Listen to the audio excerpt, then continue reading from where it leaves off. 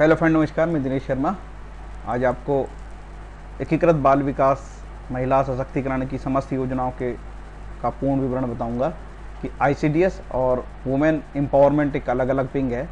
ICDS के अब दो भाग हो गए हैं, महिला बाल विकास के दो भाग हो गए हैं, एकीकृत बाल विकास विभाग और दूसरा महिला सशक्तिकरण विभाग है। पूरा महिला बाल विकास विभाग ही, लेकिन इसके दो विभाग हैं। आईसीडीएस 2 अक्टूबर 1975 से चला था। दुनिया का सबसे बड़ा सामुदायिक विकास कार्यक्रम है। भारत में लगभग 14 लाख अभी आंगनवाड़ी सैंक्शन है और मध्य प्रदेश में 80,000 लगभग आंगनवाड़ी और 12,000 मिनी आंगनवाड़ी। एग्जैक्ट वेबसाइट में आंकड़े हैं, आप चाहे तो वहाँ से देख सकते हैं। तो एकीकृत बाल विकास की जो योजनाएं हैं उस पर अपना चर्चा करेंगे।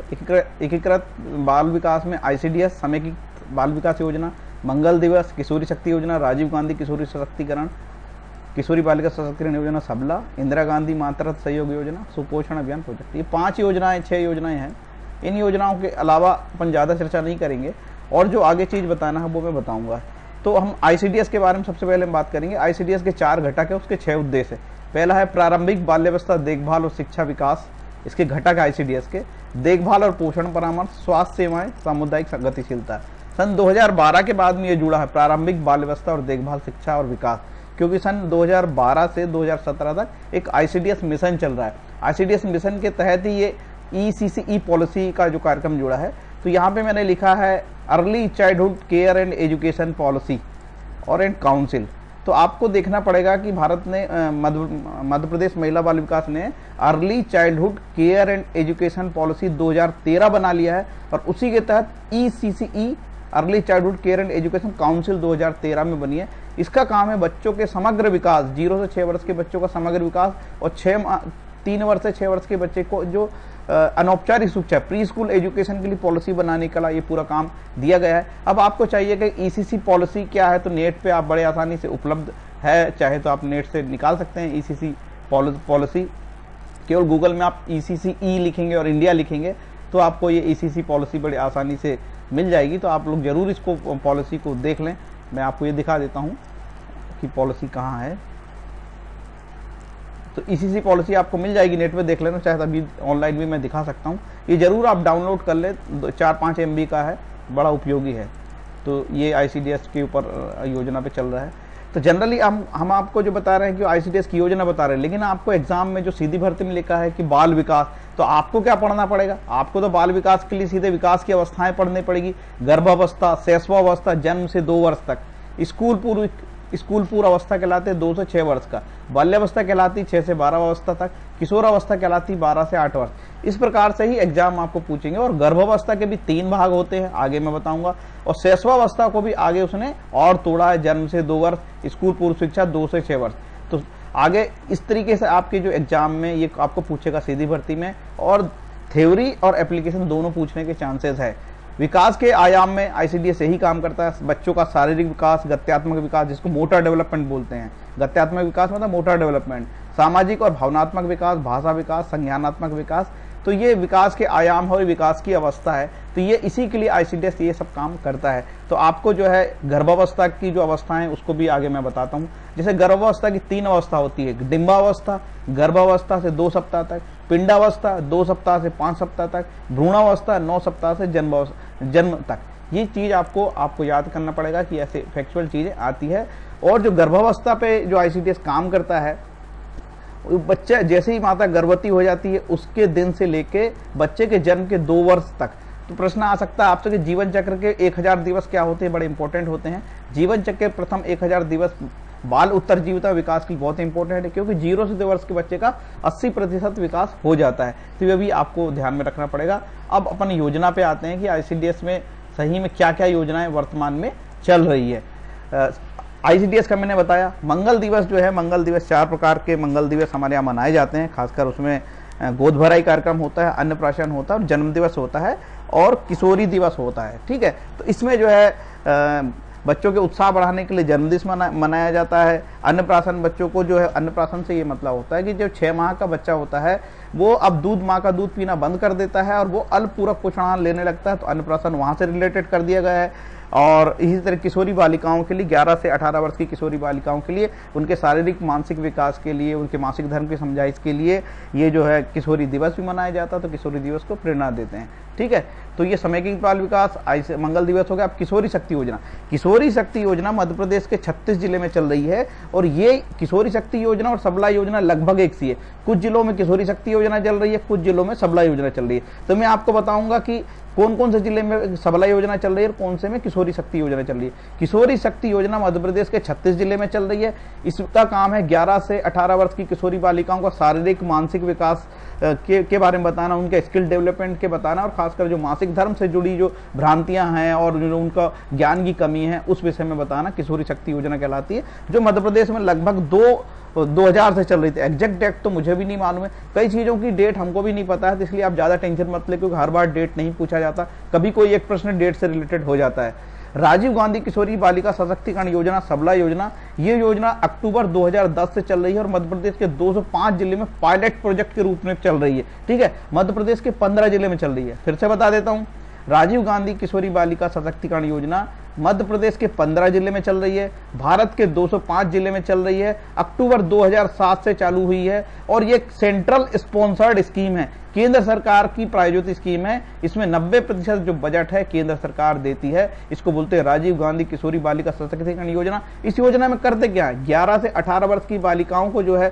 शारीरिक मानसिक विकास और जो है मनोवैज्ञानिक विकास और उनके स्किल डेवलपमेंट में काम किया जाता है। उनको कुछ जॉब के लिए प्रशिक्षण दिया जाता है और उनको पोषण आहार भी दिया जाता है। तो ये गैर पोषक है और पोषक घटक इसमें दोनों शामिल है। इसके पोषक घटक में इनको बालिकाओं को जो है रेडी टू ईट है, एमपी एग्रो से रेडी टू ईट मिलता है, वो बालिकाओं को पैकेट में ये दिया जाता है पोषण आहार, जो 5 रुपए किलो के हिसाब से होता है और जो है 5-6 दिन का पोषण आहार बालिकाओं को रेडी टू ईट दिया जाता है इस योजना में। राजीव गांधी किशोरी बालिका सशक्तिकरण योजना मध्य प्रदेश के 15 जिले में है। तो आपको मध्य प्रदेश के कौन कौन से 15 जिले में है ये आपको बिल्कुल रटना होगा, क्योंकि ये पूछ सकता है। 2-4 जिले मुझे याद है, जैसे कि बालाघाट है, नीमच है, छिंदवाड़ा है, इंदौर है, झाबुआ है, यहाँ पे ये योजना लागू है। तो आपको देखना पड़ेगा कि सबला योजना मध्य प्रदेश के कौन कौन से 15 जिले में लागू है।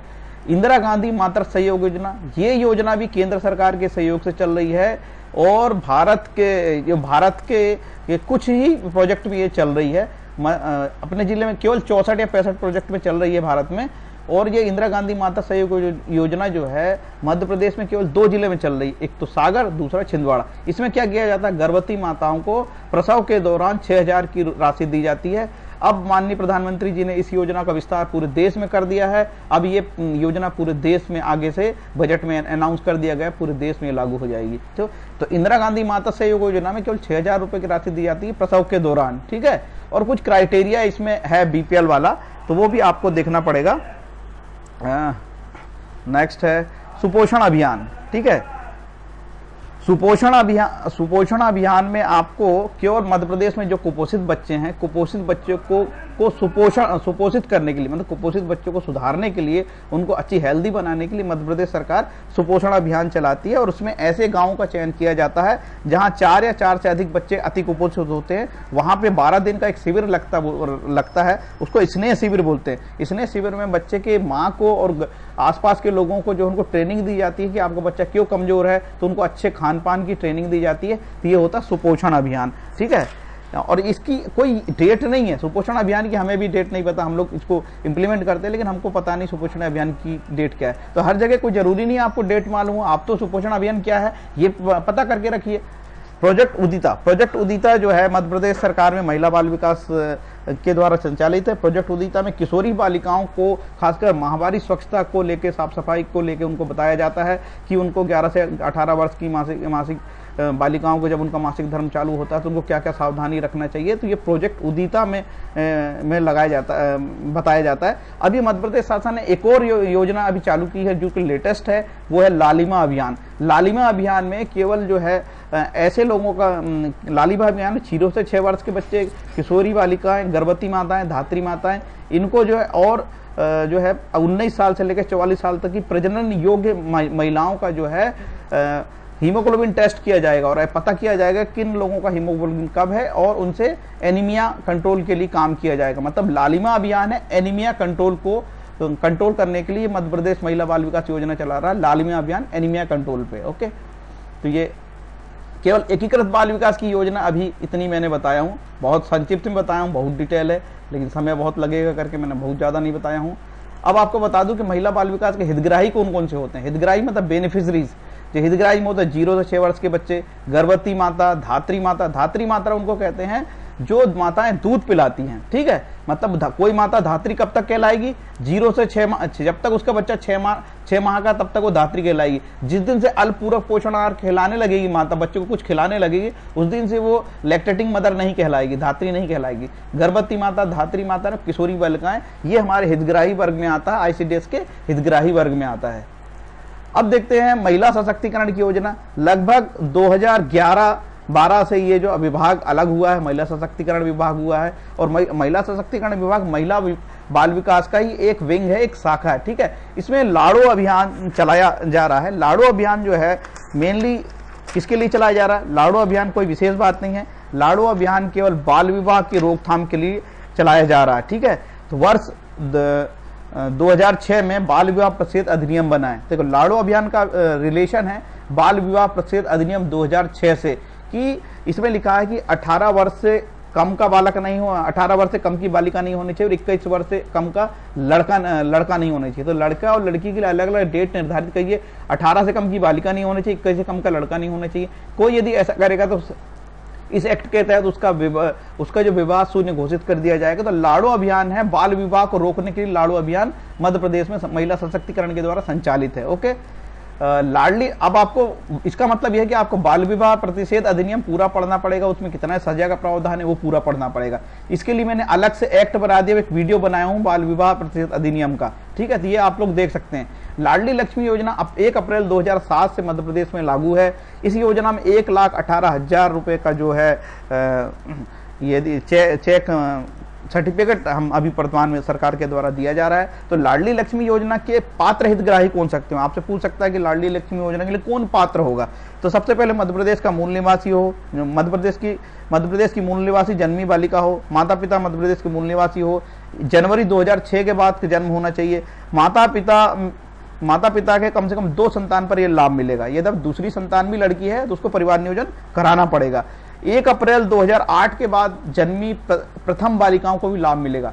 1 अप्रैल 2008 के बाद जन्मी प्रथम बालिकाओं को भी लाभ मिलेगा, लेकिन दूसरी बालिका पे परिवार नियोजन कराना ही पड़ेगा। अब इस योजना के तहत कुछ शिक्षावृत्ति का भी प्रावधान है कि यदि बालिका 6वीं में प्रवेश करेगी 2,000, 9वीं में प्रवेश करेगी तो 4,000, 11वीं में प्रवेश करेगी तो 6,000 और 12वीं में प्रवेश करेगी तो 6,000।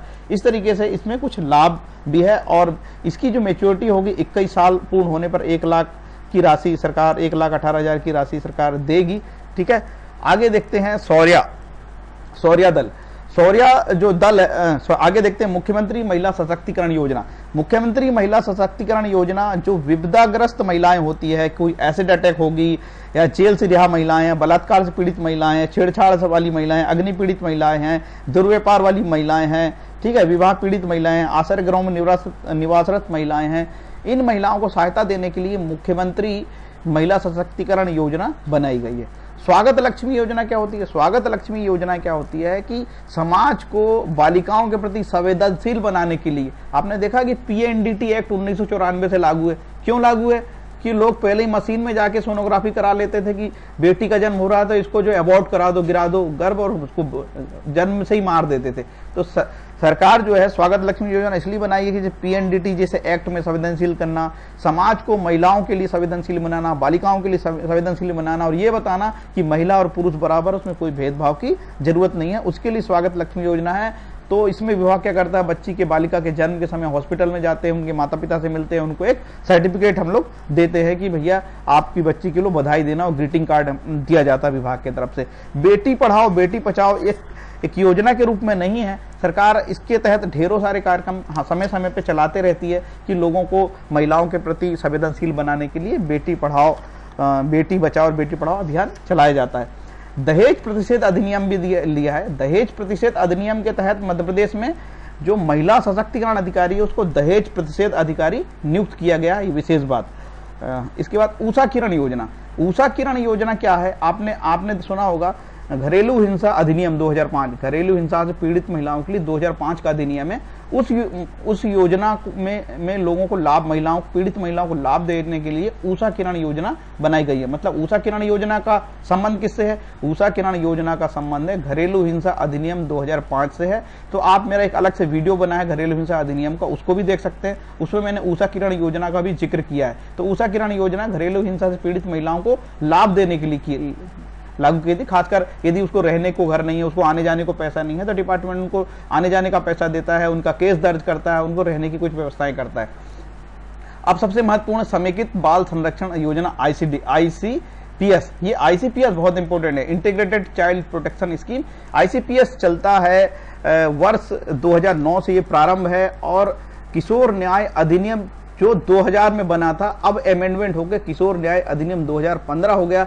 इसी के तहत सरकार जो है बच्चों को लाभ देने के लिए, खासकर वैसे बच्चे जो विधि विवादित है, कानून के चुंगल में फंस जाते हैं, कोई अपराध करते हैं, या ऐसे बच्चे जो गरीबी से पीड़ित है, वर्किंग चिल्ड्रन है, या किसी बच्चे को बेच दिया गया है, कोई बच्चे के साथ अत्याचार हो रहा है, या कोई विधि विवादित बच्चा है, या HIV से प्रभावित कोई फैमिली है, और यदि कोई अनाथ है, या कोई किसी प्रकार की बीमारियों से प्रभावित है, अनाथ बच्चे हैं, या मिसिंग कोई चाइल्ड है, इनके लिए जो है ICPS योजना चल रही है।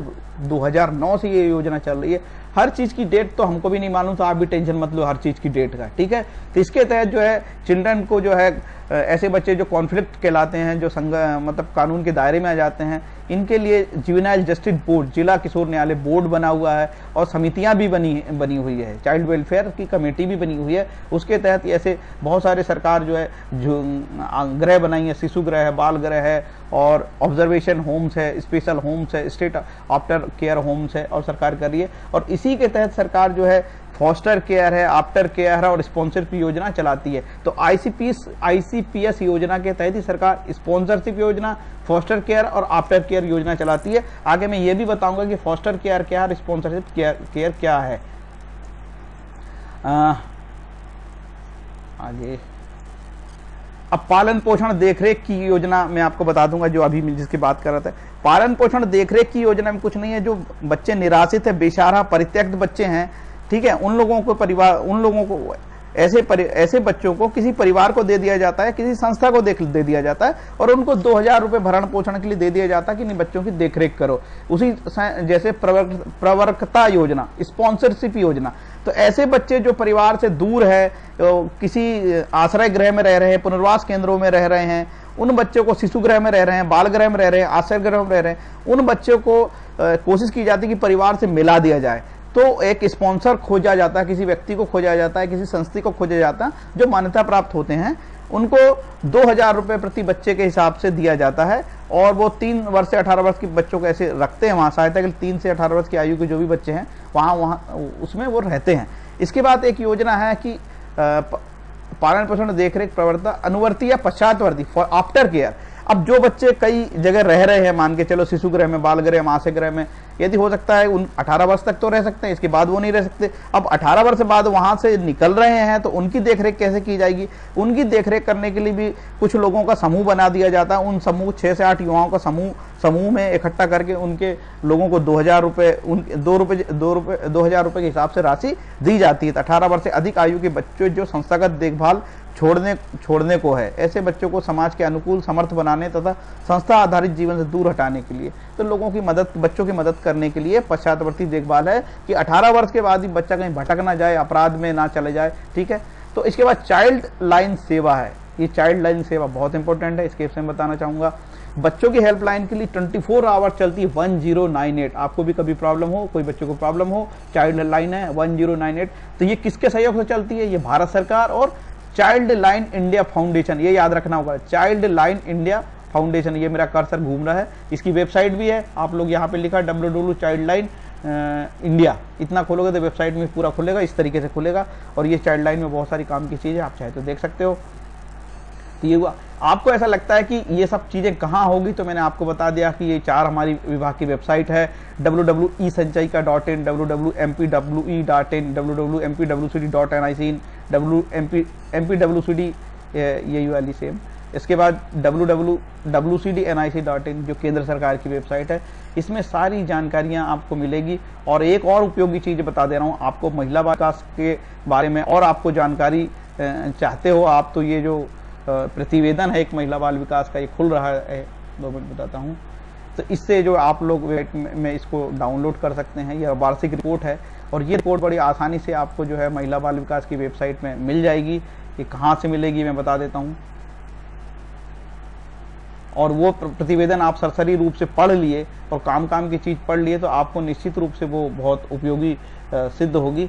और यदि आपको ऐसा लगता है कि प्रतिवेदन डाउनलोड नहीं हो रहा है या कुछ प्रॉब्लम आ रही है, तो ये मेरा मेल एड्रेस है ranjita.dinesh.sharma@gmail.com, इससे आप ले सकते हैं। और मैंने आपको ECC ई पॉलिसी के लिए बताया था अभी, तो आपको ऐसा लगता है कि आपके पास ECC पॉलिसी आपको पढ़ना है, तो हमारे पास ECC पॉलिसी PDF फाइल में आप रंजीता दिनेश शर्मा एक मैसेज भेज दीजिए, हम आपको ये भी आपको निःशुल्क में मिल जाएगा, कोई दिक्कत नहीं है।